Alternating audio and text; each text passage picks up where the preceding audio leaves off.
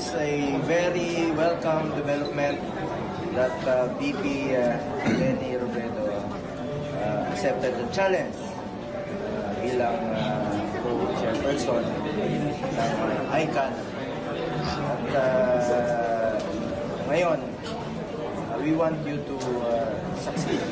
Of course, unahin natin po ang interes ng kararamihan, interes ng bawat Pilipino. At hopefully, yung 82% na sumasang-ayon sa drug campaign ni Pangulong Duterte ay madagdagan pa po ito. Sana po ay maging 90%, 100%.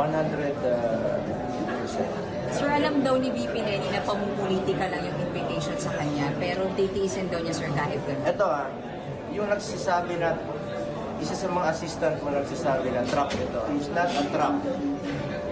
Kung wala kang, kapain mo muna yung sarili mo. Kung wala kang bayag,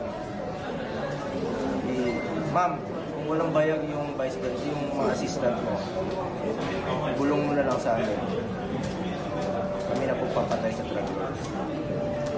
Kung yun ang makakatulong,